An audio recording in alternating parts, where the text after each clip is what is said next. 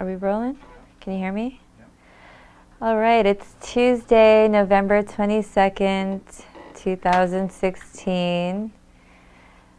We have Thanksgiving on Thursday and we're all very excited. I have Bobby here donating his time tonight to be with us for this public service announcement. My name is Consuelo, and if you remember our episode from last month, we talked a bit about laws of thought, a little bit about artists' rights, about our body and ownership, and we talked a little bit about brainwashing. So we're going to sort of keep going with the flow here as we introduce these things. Tonight it is the sweet sounds of Tell Me Something I Don't Already Know. So this may or may not be the show for you. So the one thing that we did not get into in the last episode was the section where we introduce our human rights from the human rights doctrine. So I'm going to go over some of those because I think it's really important that we do.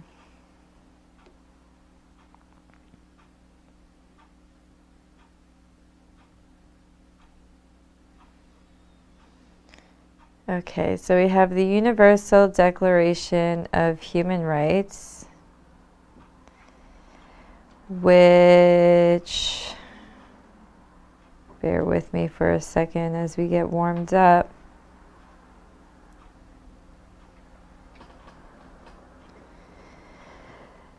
The International Doctrine of Human Rights. Universal Declaration of Human Rights basically covers internationally the rights that we're born with as human beings. So our birthrights.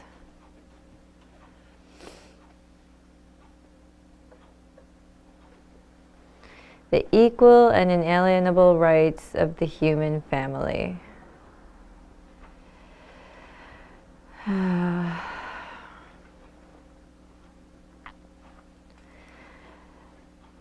So we have Article 1. All human beings are born free and equal in human dignity and rights. We should act towards one another in a spirit of brotherhood. Article 2, everyone is entitled to all the rights and freedoms set forth in this declaration, without distinction of any kind. Article 3, everyone has the right to life, liberty, and security of person. Article 4, no one shall be held in slavery or servitude. The slavery and slave trade shall be prohibited in all their forms. Article 5. No one shall be subjected to torture or to cruel, inhuman, degrading treatment or punishment. Article 6. Everyone has the right to recognition everywhere as a person before the law. Article 7. All are equal before the law and are entitled without discrimination to equal protection of the law.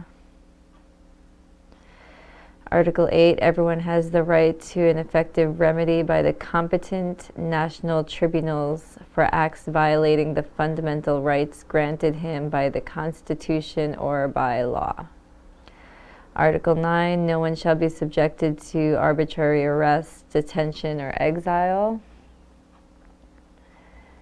Article 10, everyone is entitled to in full equality to a fair and public hearing. by an impartial tribunal.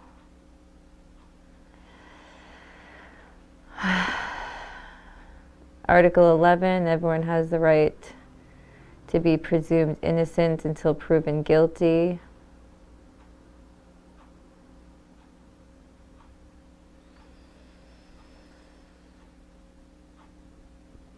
Article 12, no one shall be subjected to arbitrary interference with his privacy.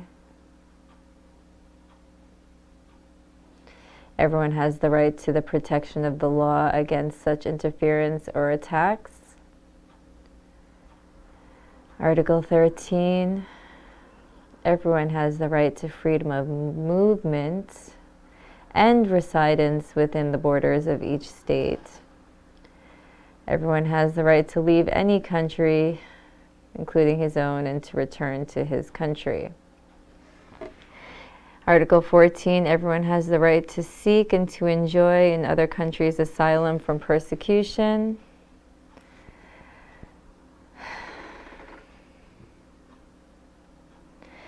This right may not be invoked in the case of prosecutions genuinely arising from non-political crimes or from acts contrary to the purpose and principles of the United Nations.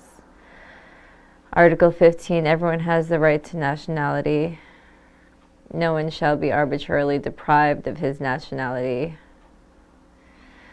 or denied the right to change it.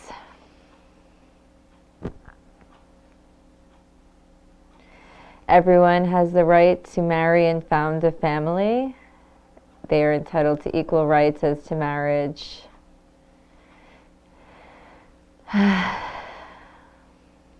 With full consent of intending spouses.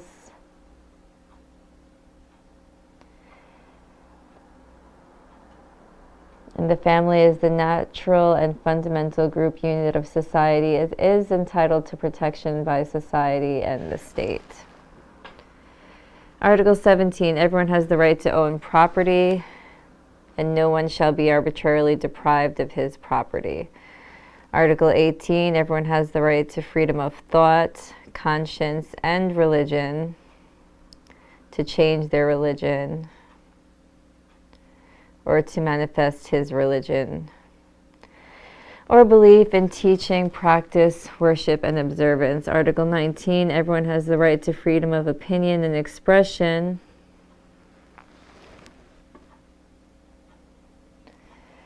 And the right to impart information and ideas through any media and regardless of frontiers. Article 20, everyone has the right to freedom of peaceful assembly and association. No one may be compelled to belong to an association. Everyone has the right to take part in the government, access to public service,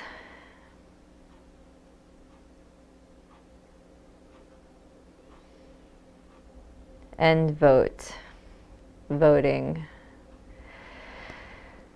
which we just got to enjoy recently in the last presidential election. Now we have Mr. Donald Trump. Bobby, what do you think about that? What about Mr. Donald Trump? Yeah, did you vote for Donald? I didn't vote. You didn't? No. Why not? Because I wasn't happy with any of the candidates.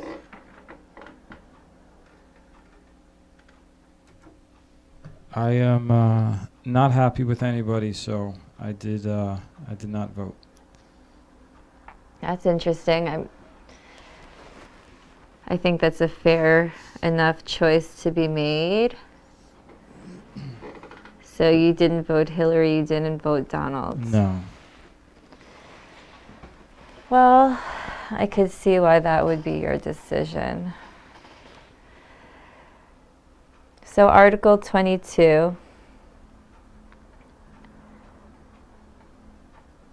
everyone has the right to Social Security.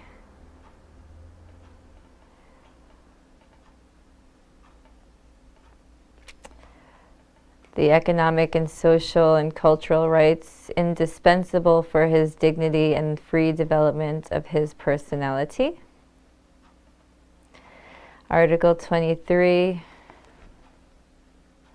Everyone has the right to work, to free choice of employment and favorable conditions of work and protection against unemployment without discrimination, the right to equal pay, the right to ensure for himself and his family an existence worthy of human dignity, and to join unions for the protection of his interests. Everyone has the right to rest and leisure according to Article 24, and periodic holidays with pay. Article 25, everyone has the right to a standard of living adequate for the health and well-being of himself and of his family. Food, clothing, medical care, necessary services, the right to security,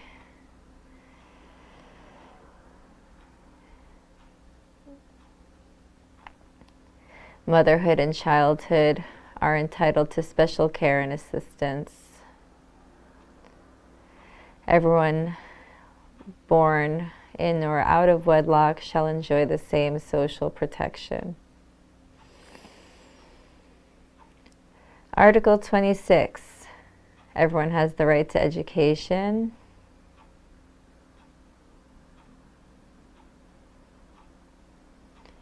Education shall be directed to the full development of the human personality and strengthening of respect for human rights and fundamental freedoms. Promote understanding, tolerance, and friendship among all nations, racial or religious groups. And shall further the activities of the United Nations for the maintenance of peace. Article 27, everyone has the right to freely participate in the cultural life of the community and to enjoy the arts and to share in scientific advancement and its benefits. iPads.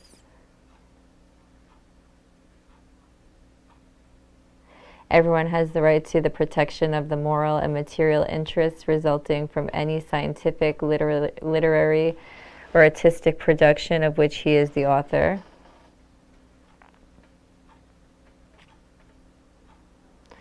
Article 28, everyone is entitled to a social and international order in which the rights and freedoms set forth in this declaration can be fully realized. Article 29, everyone has duties to the community in which alone the free and full development of his personality is possible.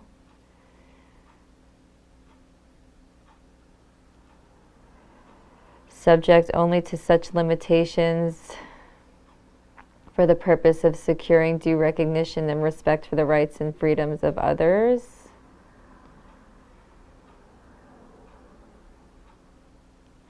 And these rights and freedoms may in no case be exercised contrary to the purpose and principles of the United Nations.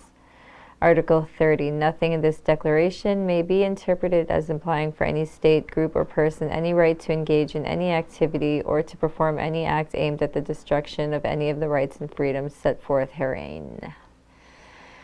So, Bobby, those are our rights as human beings that we are born with. So that, how many was that? 20, 30. That's it? We only have 30 rights? We only have 30 rights. We're only born with 30 of those. But it's nice to have them, huh? Because now you have your nice studio set up. Yeah. So who gives those rights? What Well, they're society? international rights, but I think it was one of the beautiful American contributions, right? The streets are paved with gold. Yeah. People came to this country because the system was secure, the health system was secure. They provide education. They provide health care. And they provide the liberty to be able to work with equal opportunity, to start your own business. Sounds fair. To vocalize your interests and concerns, right? Yeah, and absolutely, and especially in this country, which is not the case in every country, is we are allowed to speak our thoughts on anything, even our political leaders. Where a lot of countries you don't have the ability to do that. Right. So. What is that freedom of speech? Well, I think that's exactly what it is, freedom of speech. But, there's particular countries, depending on how they're ruled, where, you can say whatever you want, but as soon as you insult your authorities, then all of a sudden you could disappear or end up in jail or, something like that. So the one thing good about our country here in America is we allow that freedom of speech no matter what people say. And that goes in the aspect of protesting. As long as you have a peaceful protest, you can express yourself too, not just speak. You can express. A lot of countries you can't do that. So I'm proud to be from this country. The whole world is a nice place, but we definitely have a little more rights than a lot of other people do, unfortunately. Well, we are entitled to thoughts and opinions, right? That's right.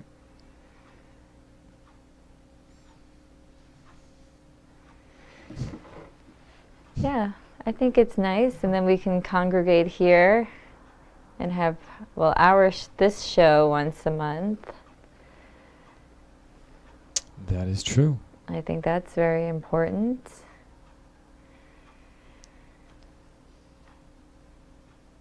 So I didn't get into any of the rights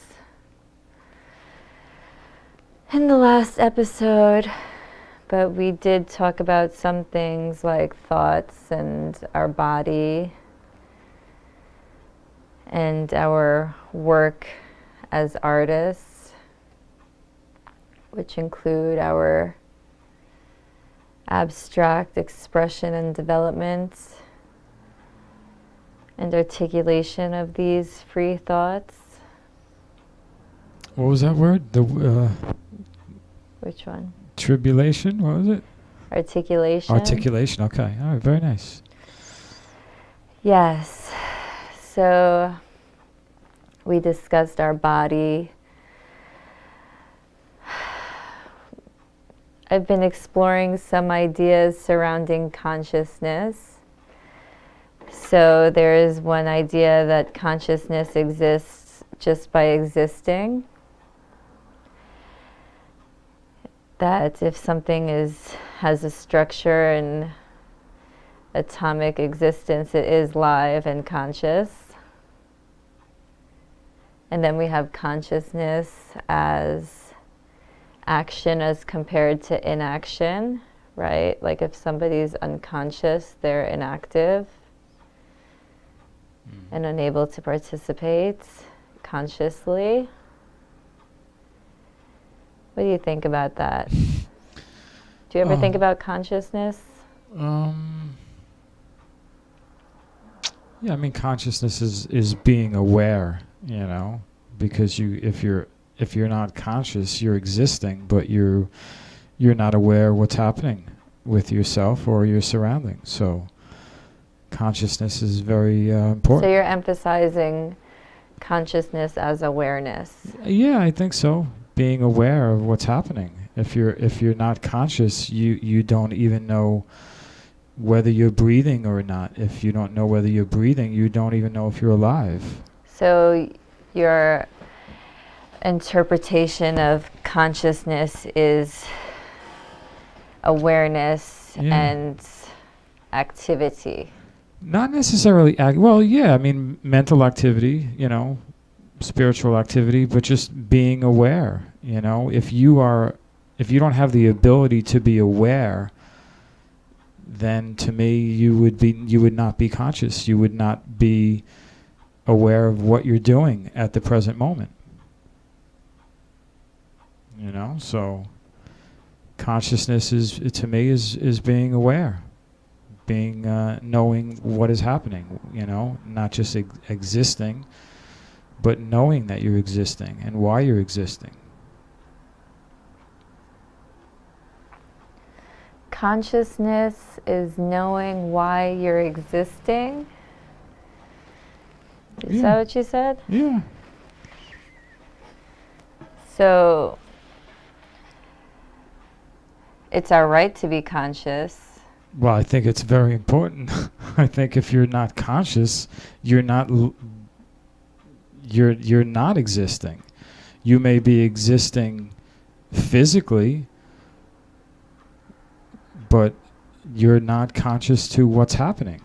You're unaware. You're literally unaware of everything that is going on in your life and everything else. So I think you could be alive but unconscious, So if you're knocked out unconscious, okay, you're breathing, you're there, you're existing, but technically you don't even know you're existing at that moment. So consciousness is everything, if you think about it. Consciousness is everything. Do you participate in spiritual activities that promote higher level consciousness? I participate in spiritual awareness of a higher being and being, as God. So that's my spirituality, is knowing of a higher existence, a supreme being, somebody that is in control of everything, including us. Creepy. That's what it's all about. So you're saying there is this force, this other force that is God that controls us? Yeah, I don't just believe actually as, how people say, oh, the universe is in control. I mean, I understand what they're meaning, but there's something in control of the universe. The universe just doesn't exist by itself and make things happen in people's lives. I think there's a supreme being. I think there is a God. That's my belief.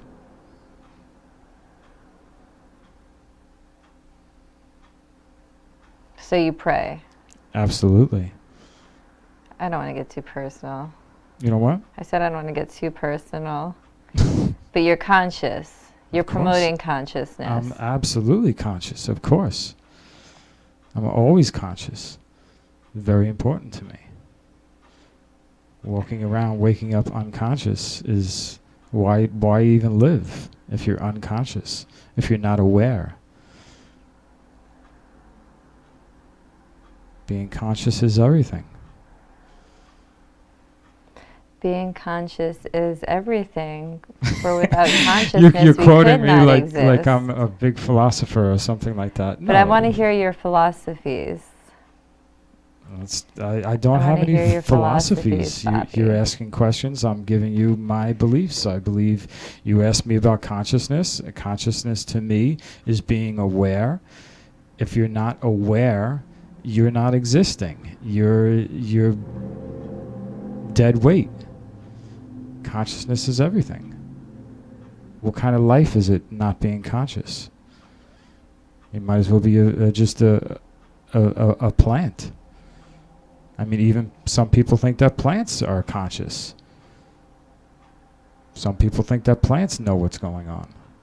So to be not conscious, to me, would be like being dirt. Having no feeling, no awareness, nothing. Just existing, but not being alive. So I think like naturally my position in consciousness is being with life or with existence. I think consciousness as a matter of existence. Getting weird, strange phone calls. Oh my goodness.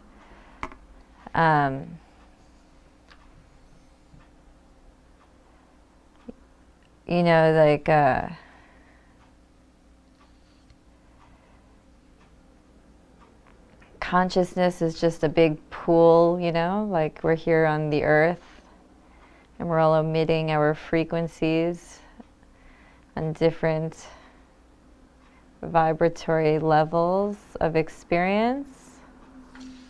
Well, let's see what consciousness really means, okay? Consciousness is a state or quality of awareness. So that's the meaning of consciousness. Being aware of an external object or something within itself. It has been defined as awareness, subjectivity, the ability to experience or feel, wakefulness, having a sense of selfhood, and the executive control system of the mind, which is exactly what I said, but in different words. That is exactly what you said. Isn't it? That's nicely defined. Where are you reading that from? I'm reading that from the dictionary on the, this is the Wikipedia dictionary. That's nice. Well, beautifully stated. And that's a nice little transition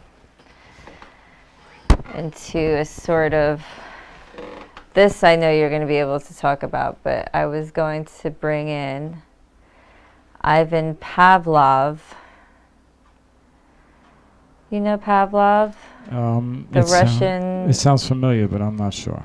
Physiologist from like the 1800s. I'm not too familiar with him, no. I'm sure you're familiar with Pavlov. Maybe You've heard of Pavlov's dogs? It sounds familiar, but yeah, I can't place it. Woof. So we talked about brainwashing last episode, and we just touched upon higher structures and godliness that trickles down upon us here on earth in our being, giving us life and consciousness and activity. And so we have here this higher order of things that occur. And we have this Russian guy who is feeding his dogs and notices that the dogs will salivate when he enters the room, even if he doesn't have food. I just saw that somewhere. Where'd you see that? I just saw that. That's crazy. It was either on the Science Channel or something like that, and he was experimenting with dogs and training them to salivate. I forget exactly, but I did see that, yes. So Pavlov created this whole machine where he could measure the saliva of the dogs and track their salivatory processes. So it's their natural sort of unconditioned response is ultimately they see food, they salivate. After they see food, they salivate. They're hungry, they salivate. They see food, they salivate. Then they see who brings the food, they salivate, even if the food is not there. And that's their sort of conditioned response. Now you see me, you salivate. Association, yeah, it starts to associate. Because every time I come to see Bobby, I come with a steak. So every time you see me, you're thinking about the steak, you salivate. Mm-hmm. And then I don't bring the steak, you're still salivating. Because it's almost like the steak is here. I'm expecting the steak. Yeah, me too, actually. So we have Pavlov, who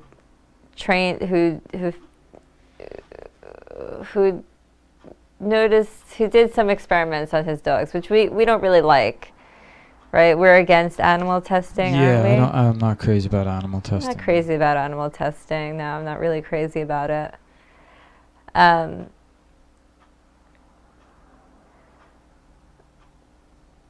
And then I think one of his students actually took it a little further. I forget what it was about, but I just saw that in something in on the Science Channel or something like that. They were recreating what he did. So Really? Yeah, that's very interesting how you brought that up. But that was just recently. I don't remember, but yeah, I saw a whole little thing on that. Who's that guy that does the dog fighting?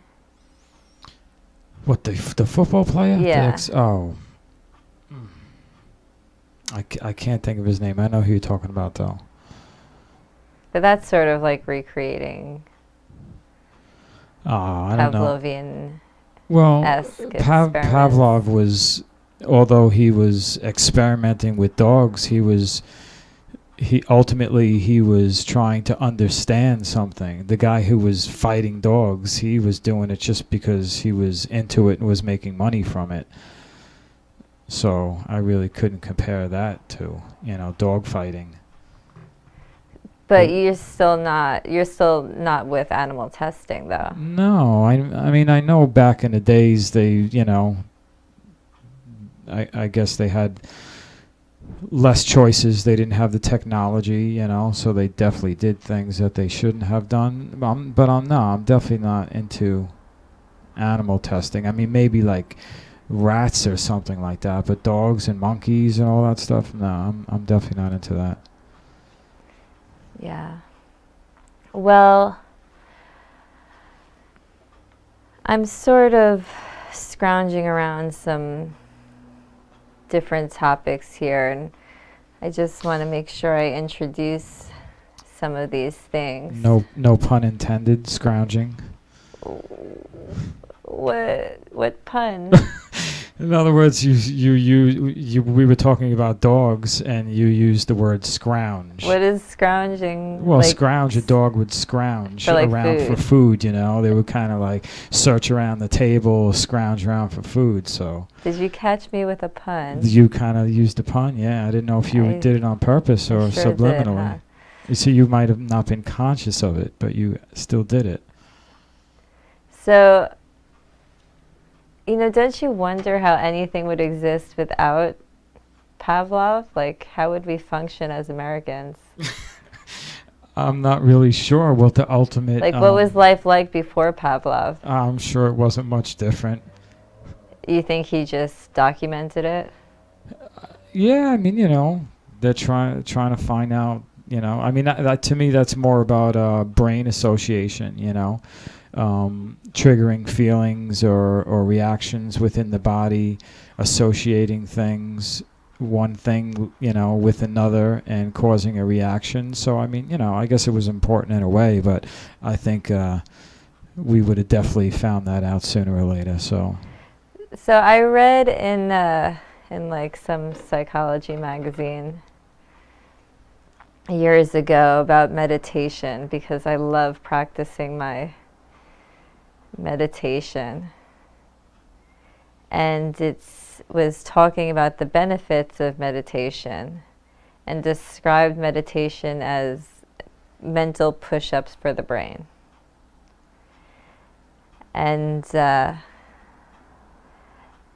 it's interesting when you think of Pavlov, as really exercising the brain and the body, because he observed what is the unconditioned response, the response that happens naturally based on our body naturally feeling hunger, naturally wanting to satisfy it, right? So naturally we eat, we desire the food, we have whatever image in our mind that satisfies that thirst, right? Mm-hmm. It was actually they called it, his work was in conditioning the brain and associating what the brain associates and being able to train the brain, I guess, in some aspect. What is it at the end of we have the axon, the myelin sheath, and then we have the little thingy with the dendrites. I am not sure. So Pavlov made our dendrites do push-ups. Okay. Pavlov's experiments are like standing on your dendrites. All right. A little unfamiliar with the You know, like what terms. a little like what a neuron looks like. It's got like the thingy here. Is it the thing? And it And the like does this little little thingies thing. around it. Mm-hmm. And it fires electricity from one to the other, and it jumps, and the other one catches it, Mm. and it goes down the spine. And that's like all what happens in our brain. Lots of like energetic snapping,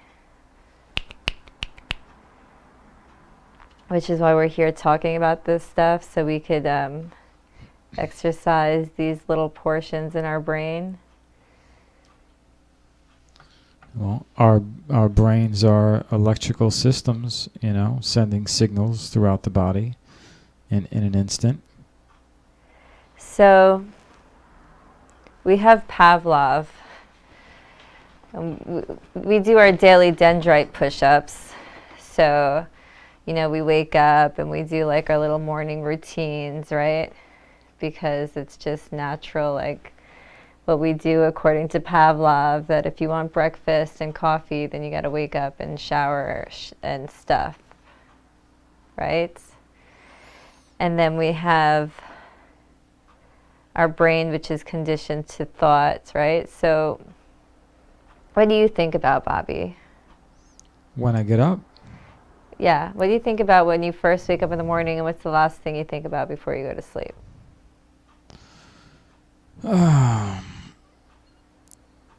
first thing I guess I think about before I focus on anything in particular is I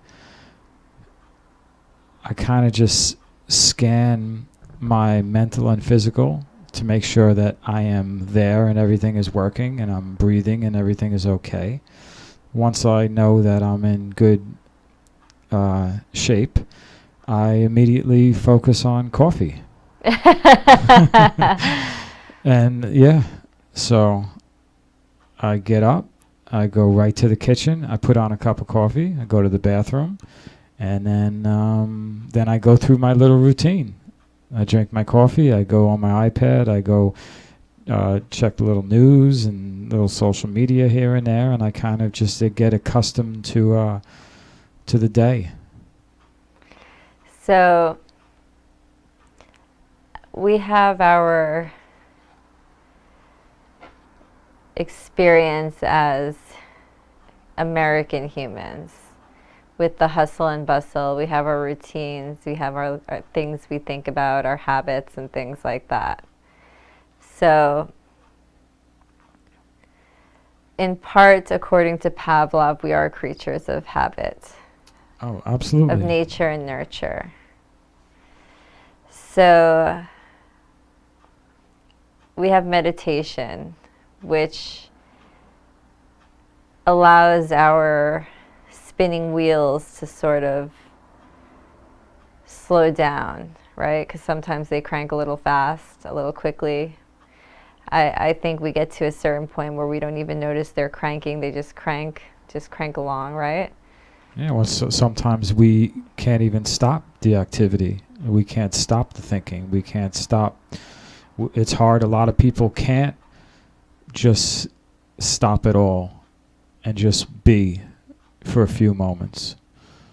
So it's not easy. Right, that third party observer that we have in our mind. You know, we have like our bodies, we have our thinking brain, we have like what our bodies do with our brain as compared to our brain, and then we have you have that. Then we learn through teachings and spiritual teachings and meditation to take a look at, to be able to observe our own selves as mind and body, thinking mind and feeling and active body participation. I think there's always that inner voice is always going, and sometimes you need to stop the inner voice, and be able to just clear your mind of everything, the hustle, the bustle, the thinking, and the the everyday stress. So not everybody can meditate. My meditation is through prayer, but if I'm not praying, it's hard for me to just sit there and block everything out of my mind. So when I focus on prayer, the prayer takes over, rather than, if you take away the prayer, then that inner voice is always going. So it's like somehow replacing the inner voice with some type of meditation or prayer or something like that. I think it's very important. I do agree that meditation and prayer, taking the time out to give attention to those things is equally as important as taking the time out to tend to your diligence or to your work or wherever. Of course, yeah. We personally deliver our energies, right? I agree, and there is the energy through meditation and through prayer is, that it's actually proven when a group of people actually get together and focus, whether through prayer or through meditation, there's actually an energy that gets created. So that's, hence the term, the power of prayer. And also practice makes perfect, right? Oh, with anything, absolutely. So we have our bodies, which we discussed how or whether or not we own our bodies or how we use our bodies. We have our thinking brains, which,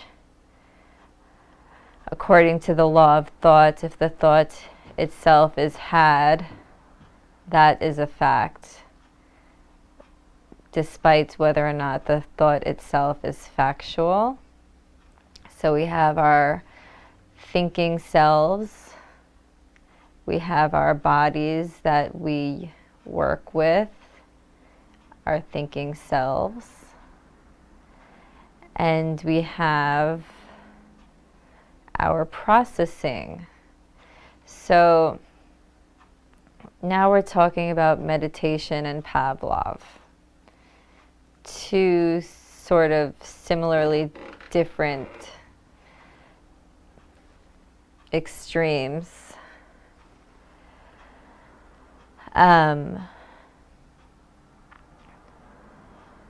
So two things that always come up, that we speak when we think. We've seen the picture of the glacier, as the symbolic of the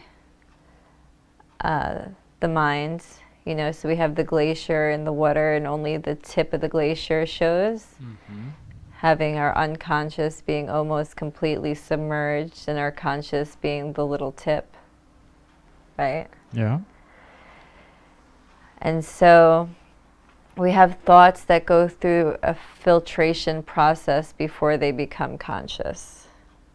So we have our deepest consciousness, our sort of mid-level consciousness, and then our total conscious awareness, which is the smallest fraction of our functioning. Like 70 to 90% of our functioning is unconscious drives.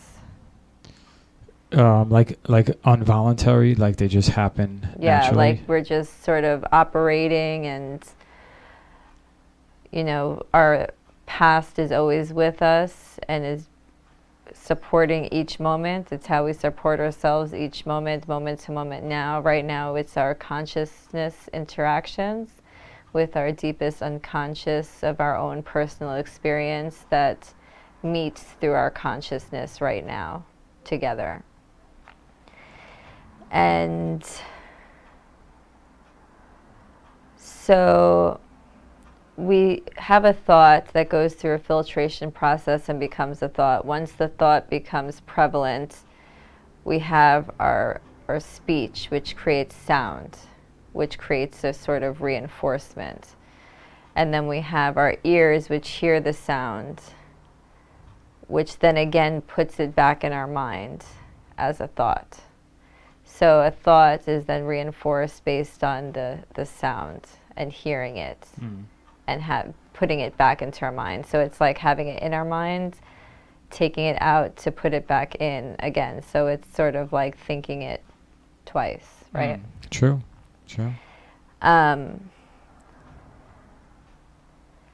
And then we have our sort of routines and how we do things different ways, right? So if we get into a routine, we do the same thing the same way all the time. That's the way our brain is operating. We switch it up sometimes, and it sort of keeps us on our toes. You know, it's sort of a good thing, because we will exercise parts of our brains that are not natural to us. This is how drug addicts kick their habits, you know, if they're so part of the routine. Because, you know, if you think about it, let's say you wake up and you have your coffee from 9 to 10 in the morning, then you shower 10 to 11, get ready, you know, you have your lunch, you know, you come to the studio, and you have this frame in your day, right? Where a smoker or an addict will have this time that they set aside for getting ready, this time they set aside for their smoking, this time they set it aside for their next thing, you know, and it becomes part of their daily routine.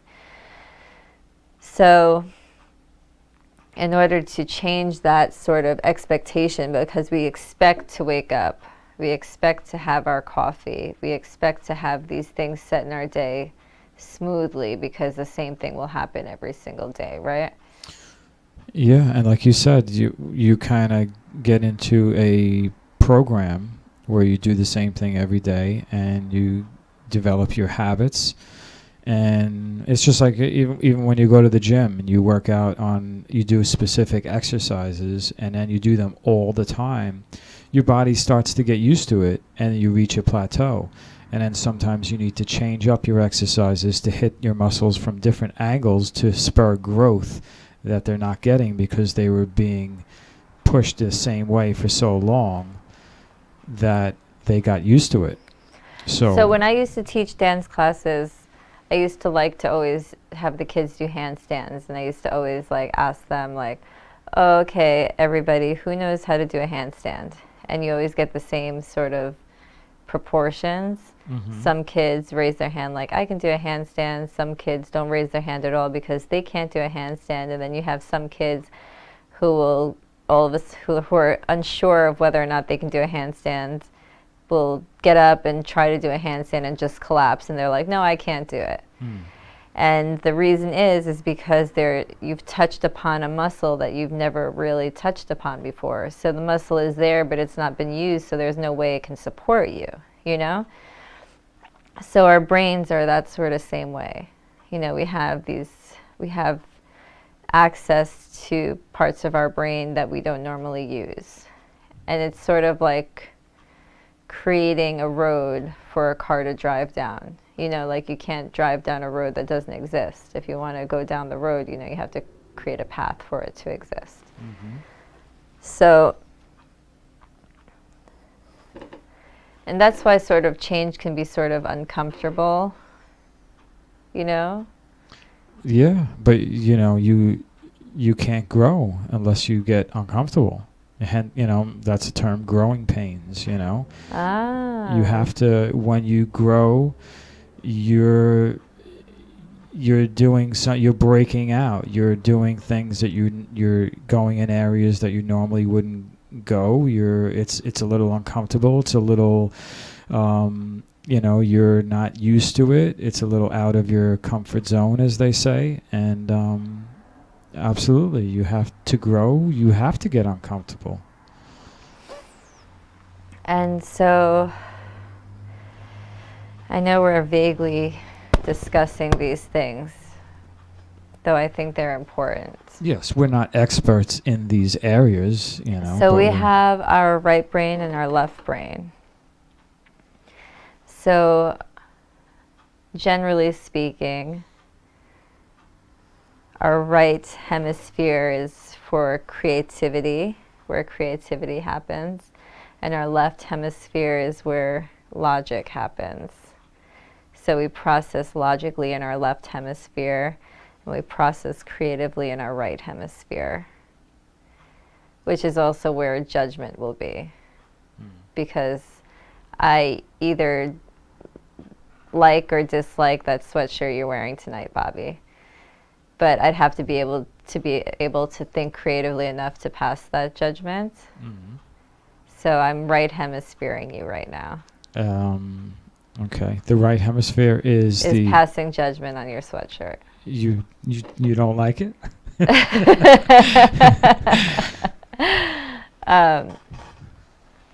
But how we organize ourselves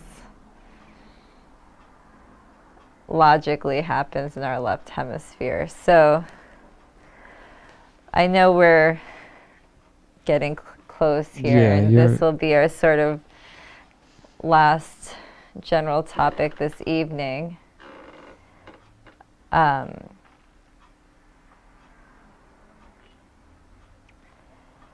But we're going to get into our brain hemispheres, start touching upon our nooks and crannies upstairs, and how we physically support our neural processes. Sounds pretty deep. Because we do it all the time. If you think about it, you have this great banner behind you, the Strong Island Radio. How long did it take you to come up with that logo? Oh, we're going back a long time, but you're asking how long did it, from the time it was, from getting the name to bringing it to an image? Yeah. I mean, you did that all yourself? No, actually, I did not do that all by myself. I actually, I hired a graphics company, and the girl who did it for me was a, creative individual, and she took the idea of the strong in the island, and she kind of came up with it. So I kind of delegated that to somebody else. So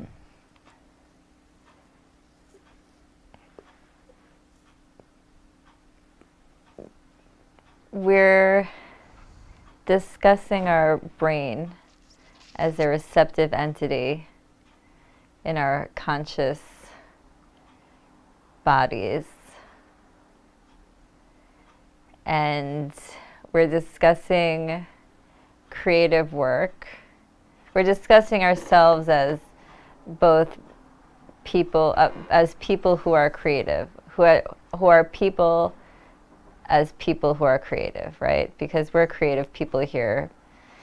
And everybody has their creative potential, even though not everybody is a creative person. A lot of people, not everybody's creative though. Some people don't get creativity like other people, and some people are creative in certain areas and not others. But there are people who are really not that creative.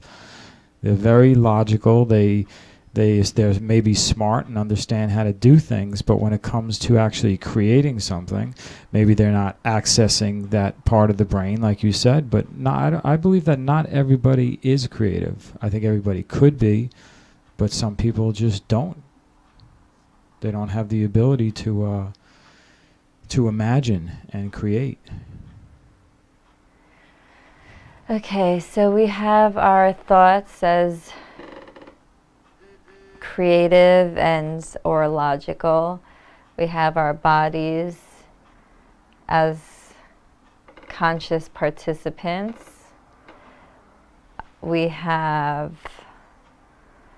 brainwashing extremes, and then we have sort of healthy functioning at a different end of the spectrum as far as learning and cranial development. Wow, cranial development. Cranial. We have meditation, which supports cranial balance, cranial and bodily balance, cranial to body balance. We have Pavlov. Conditioning. Habits. And natural unconditioned response. And we have Ted Bundy. Oh boy. Who was a serial killer. Who preyed on our natural, empathetic instincts. Who probably salivated at the thought of killing and eating somebody. His salivation. And the more he did it, he probably salivated more and more. He was probably salivating. Definitely. And our canine-esque loyalty would jump without hesitation to serve a helpless individual who is really just hungry or thirsty. Yeah. And then we have basic training. I think that about wraps it up. I think you got through a lot of stuff. I think you're right. Yeah. I think till next time. Okay. Bobby, it was nice talking to you tonight. It was nice talking to you too. So why don't you say goodbye to everybody? The sweet sound of tell me something I don't already know. Everyone, it's November 22nd, 2016. Consuelo and Bobby would like to wish you a very happy Thanksgiving and a very good night.